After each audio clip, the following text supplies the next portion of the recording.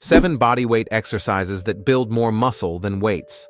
The fitness industry, like most industries, prioritizes profit above all else and has been selling a lie for decades that to transform your body, you need the most expensive gyms, the most modern equipment, and the most expensive supplements on the market. But this is just a strategy to keep you dependent and spending. The truth is that the human body is already a complete physical development machine. You don't need sophisticated equipment, you just need to know how to use it correctly. That's why today, you'll see 7 bodyweight exercises that build more muscle than weights, proving that true strength was never outside, but within you. Before we begin, please tell us through the comments your name and the city where you're watching our content from. Exercise number 1. Decline push-ups. This exercise is the definitive solution for those struggling with upper chest development. The clavicular region of the pectorals is notoriously difficult to develop, and most people spend years trying to build this part of the chest without significant success. Decline push-ups reverse the traditional push-up angle, placing your feet elevated relative to your hands, which shifts tension focus directly to the upper portion of the pectorals. What makes this exercise particularly valuable is its ability to replicate the movement of an incline bench press, but with the advantage of offering greater recruitment of stabilizer muscles. The benefits go beyond aesthetics. This movement intensely works the pectoralis major with emphasis on the clavicular portion, the anterior deltoids, triceps, and all core musculature. The need to keep the body stable during execution deeply recruits abdominal and lower back muscles, transforming a pushing exercise into a full-body movement. To execute it correctly, position your feet on a bench, box, or couch with a height between 12 and 24 inches. Your hands should be on the floor with a distance slightly wider than shoulder width. Keep your body completely straight from head to heels, activate your core, and lower in a controlled manner until your chest nearly touches the ground. The eccentric phase should last about 2 to 3 seconds. At the lowest point, reverse the movement by pushing forcefully, but always maintaining tension in the pectorals. For progression, start with 3 sets of 8 to 10 repetitions. When you can complete 3 sets of 15 repetitions with good form, increase the height of your feet elevation or add a 2-second pause at the lowest point of the movement. You'll know you're doing it right when you feel intense burning in the upper chest and front shoulders. This exercise is generally safe, but people with shoulder, wrist, or lower back injuries should avoid it or consult a professional before including it in their routine. A common mistake is raising the hips during execution, breaking the straight line of the body. This not only drastically reduces pectoral work, but also overloads the lower back region. Another frequent error is not lowering enough, limiting range of motion and wasting the exercise's hypertrophy potential. Many people also let their elbows flare out excessively, which transfers tension to the shoulders and can cause injuries over time. Keep your elbows at approximately a 45-degree angle relative to your torso. Exercise number 2. Mountain climbers. If you're looking for an exercise that simultaneously builds muscle and burns fat, this is your answer. Mountain climbers are a dynamic movement that combines strength work with cardiovascular conditioning, perfect for those seeking abdominal definition. The beauty of this exercise lies in its ability to keep the core under constant tension while elevating heart rate, creating an ideal metabolic environment for localized fat burning. Many people don't know that defining abs isn't just about building muscle, but mainly about reducing the layer of fat covering it. This exercise attacks both aspects. Mountain climbers deeply work the rectus abdominis, obliques, transverse abdominis, hip flexors, deltoids, and shoulder stabilizing musculature. During execution, your abdominal muscles are forced to resist spinal extension, which is exactly the type of work that builds a strong and functional core. To execute it correctly, start in a high plank position with hands directly below shoulders and body forming a straight line. Bring one knee toward your chest, then return to starting position while simultaneously bringing the other knee. The movement should be rhythmic and controlled, not chaotic. The secret is keeping your hips low and stable throughout the entire movement. A mistake I see many people make is raising their hips too high, transforming the exercise into something that looks more like a dog trying to scratch itself than an athletic movement. This not only reduces abdominal work, but can also overload the lower back. Another error is letting the shoulders move forward and backward, which means you're not maintaining necessary stability. Your shoulders should remain fixed directly over your hands. Also, avoid making the movement too fast while sacrificing form. Speed without control is just wasted movement. Start with 3 sets of 20 to 30 seconds, focusing on maintaining perfect form. When this becomes easy, increase to 45 to 60 seconds per set or slightly accelerate the rhythm while maintaining impeccable technique. Rest between sets should be 45 to 60 seconds. This exercise combines bodybuilding benefits with aerobic effect, creating that prolonged caloric burning effect known as EPOC. People with wrist or shoulder injuries should be cautious, and pregnant women should avoid this exercise, especially after the first trimester. Exercise number 3, Bulgarian split squat. This is the exercise that exposes and corrects muscle imbalances you didn't even know you had. Unlike traditional bilateral squats, the Bulgarian split squat is unilateral, forcing each leg to work independently. And you know why this happens? Because your body is smart and always finds ways to compensate for weaknesses, making your dominant leg assume more load in bilateral movements. The Bulgarian split squat eliminates this possibility of cheating, forcing each side to develop equal strength. This exercise is on our list in place of the classic squat precisely because of its superior ability to identify and correct asymmetries that can lead to future injuries. Primary muscles worked include the quadriceps, with emphasis on the vastus medialis, glutes, hamstrings, and all hip and ankle stabilizer chains. The back leg serves mainly as support, while the front leg performs practically all the work. What makes this exercise particularly valuable is that it also drastically improves balance and proprioception, fundamental qualities for athletic performance and fall prevention, especially important for those over 40 years old. To execute it correctly, stand approximately 24 inches from a bench or chair with your back to it. Place the top of your back foot on the bench, keeping most of the weight on the front leg.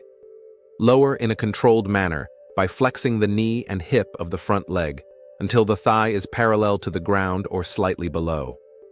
The knee can slightly surpass the line of the toes. This is natural and safe when done with control. Perform 3 to 4 sets of 8 to 12 repetitions per leg.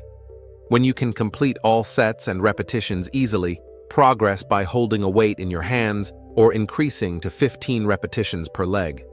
Rest between sets should be 60 to 90 seconds. This exercise is especially beneficial for runners and practitioners of sports involving direction changes. People with knee injuries should start with reduced range of motion and gradual progression, or consult a physical therapist before including this movement in their routine.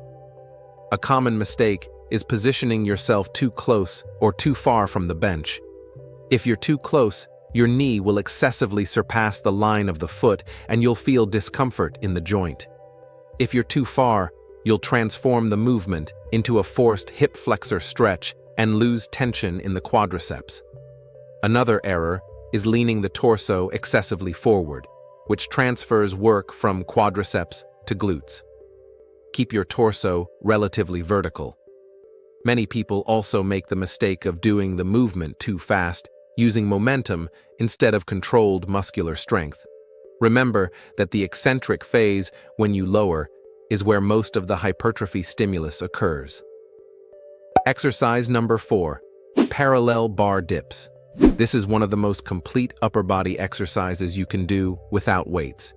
Parallel bar dips have the unique ability to simultaneously work pectorals, triceps, and anterior deltoids with brutal intensity. The issue is that many people execute this movement, focusing too much on triceps and missing the chest development potential. Have you ever imagined the impact of this on your daily training? You're doing the exercise, sweating, pushing yourself, but working the wrong muscles simply by not knowing the necessary adjustments. Dips intensely recruit the pectoralis major with emphasis on the lower portion, triceps, anterior deltoids, and scapular stabilizer muscles. Variation in torso inclination and elbow position determines which muscle will receive more emphasis. To emphasize the pectorals, you need to lean your torso forward about 30 degrees and allow your elbows to open slightly, forming an angle of approximately 45 degrees with your body. To execute it correctly, you'll need to improvise parallel bars if you don't have access to them. 2 sturdy and stable chairs work perfectly, but make sure they're very firm and supported against a wall to avoid accidents. Grab the parallel bars or chair backs with your hands, suspend your body with extended arms, and cross your feet behind you. Lower in a controlled manner until you feel moderate stretching in the pectorals, usually when elbows reach 90 degrees or slightly below. The secret is controlling the descent and maintaining constant tension in the worked muscles. A frequent mistake is lowering too fast and rising with momentum, wasting muscle growth potential. Another error is lowering too much, placing excessive tension on the shoulders and increasing injury risk. Respect your mobility limits. Many people also keep their body completely vertical, with elbows glued to their body, which transforms the exercise into almost exclusive triceps work. If your goal is building pectorals, remember the frontal inclination and slightly open elbows. For beginners, I recommend starting with assisted dips, keeping your feet supported on the floor and using your legs to assist in the movement. Perform 3 sets of the maximum repetitions you can achieve with good form. When you can do 3 sets of 12 complete repetitions without assistance, add a 2-second pause at the lowest point or use a weighted vest. Rest between sets should be 90 to 120 seconds. This movement is excellent for developing functional pushing strength. People with a history of shoulder injuries, especially dislocations or glenohumeral instability, should avoid this exercise or seek professional guidance before practicing it. Exercise number 5. Side plank. This exercise is the evolution that the traditional plank always needed. While the common plank works the core isometrically preventing spinal extension, the side plank adds the challenge of resisting lateral flexion, recruiting muscles that are frequently neglected. What many people don't know is that the obliques and quadratus lumborum, main muscles worked in this movement, are fundamental not only for waist aesthetics, but mainly for spinal health and performance in rotational movements. The side plank intensely works the internal and external obliques, transverse abdominis, quadratus lumborum, scapular stabilizers, and hip muscles, especially the gluteus medius. The advantage over the traditional plank lies in asymmetric recruitment, which is how our body functions in real life. You rarely need to resist perfectly symmetrical and centralized forces. When you include the side plank in your routine, you're preparing your body for the real demands of human movement. To execute it correctly, lie on your side with your forearms supported on the floor, elbow directly below the shoulder. Stack your feet one over the other, or place one in front of the other for more stability. Raise your hips off the floor until forming a straight diagonal line from feet to head. The natural tendency is to let the hips drop or push them too high up, breaking alignment. Start with 3 sets of 20 to 30 seconds per side. When you can hold the position for 60 seconds with perfect form, progress by raising the top leg or adding a torso rotation movement while keeping hips stable. Rest between sets can be short, 30 to 45 seconds. This exercise is particularly beneficial for preventing lower back pain and improving posture. People with shoulder or wrist injuries can do a variation supporting the extended hand on the floor instead of the forearm. Pregnant women should avoid side planks, especially after the first trimester. A mistake I see many people make is letting the supporting shoulder collapse toward the floor, overloading the joint. Keep the shoulder active, pushing the floor away from you. Another error is holding your breath during the exercise. Maintain controlled and constant breathing. This not only oxygenates muscles, but also tests your core's true stabilization capacity. Many also rotate their torso forward or backward instead of keeping the body perfectly lateral. Imagine you're between two walls, one in front and one behind. Exercise number 6. Inverted row. This is the perfect complement your pushing training was asking for. If you do push-ups and dips but neglect pulling movements, you're creating a muscle imbalance that will eventually result in shoulders projected forward, hunched posture, and potentially chronic pain. The inverted row is a horizontal pull that strengthens all back musculature, especially the lats, rhomboids, trapezius, and biceps, while drastically improving posture and shoulder health. This movement builds dense muscle in the upper back and strengthens grip in a way few exercises can. What makes this exercise particularly valuable is that it allows adjusting difficulty simply by changing body angle, making it accessible for any conditioning level. To execute it, you'll need a sturdy bar fixed between 24 and 36 inches from the ground, suspension straps, or even the edge of a robust table. Lie under the bar, grab it with a grip slightly wider than shoulders, and fully extend your arms. Your body should form a straight line from head to heels. Pull your chest toward the bar, focusing on initiating the movement by pulling your shoulder blades back and down before flexing your elbows. At the top of the movement, squeeze your shoulder blades for 1 second before lowering in a controlled manner. The secret is keeping your body completely straight throughout the entire movement. A common mistake is letting the hips drop, making the exercise easier but eliminating core work. Another error is pulling only with arms instead of initiating the movement with scapular retraction. When you start by pulling your shoulder blades, you ensure the back is doing the main work and not just the biceps. Many people also don't lower completely between repetitions, limiting range of motion and reducing potential gains. Each repetition should start with arms fully extended. Perform 3 to 4 sets of 8 to 12 repetitions. For progression, gradually decrease body angle, making the movement more horizontal and therefore more challenging. When you can do 3 sets of 15 repetitions with the body almost horizontal, add a 2-second pause at the top of the movement or elevate your feet on a raised surface. Rest between sets should be 60 to 90 seconds. This exercise is especially beneficial for men over 40 years old, as it's joint-friendly and builds exactly the type of strength that prevents shoulder injuries. In daily life, it means better posture, stronger pulling strength, and stable back that supports everything you do. People with shoulder injuries should start with a more vertical angle and cautious progression. Exercise number 7. Glute bridge. This is the most neglected exercise by men and one of the most important that exists. Many men obsessively focus on chest, arms, and abs, but completely ignore glute training.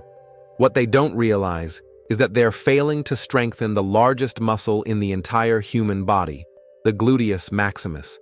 Have you ever imagined the impact of this? You're wasting the most powerful caloric burning potential your body possesses. Strong glutes aren't just an aesthetic matter, they're fundamental for preventing knee and lower back pain, extremely common problems after 40 years old. The glute bridge intensely works the gluteus maximus, hamstrings, spinal erectors, and core. This exercise is particularly effective because it places the glute in its primary function of hip extension under load. When you strengthen glutes adequately, you reduce lower back overload during daily activities like lifting objects, climbing stairs, and even walking. To execute it correctly, lie on your back with knees flexed and feet supported on the floor, separated at hip width. Feet should be close enough to glutes that your fingers almost touch your heels. Press your heels against the floor and raise your hips until forming a straight line from knees to shoulders. At the top, intensely contract your glutes for 1 to 2 seconds before lowering in a controlled manner. Start with 3 sets of 12 to 15 repetitions with a 2-second pause at the top. When this becomes easy, progress to the single leg version, which dramatically intensifies the work.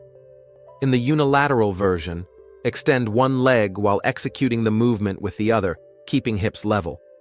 This progression not only increases intensity, but also corrects lateral imbalances, You can also add an elastic band around your thighs just above the knees to increase abductor work. Rest between sets should be 45 to 60 seconds. The epoch effect generated by training the gluteus maximus, the body's largest muscle, means you'll continue burning calories for hours after training. This exercise is generally safe for everyone, but people with acute lower back injuries should start with reduced range of motion and gradual progression.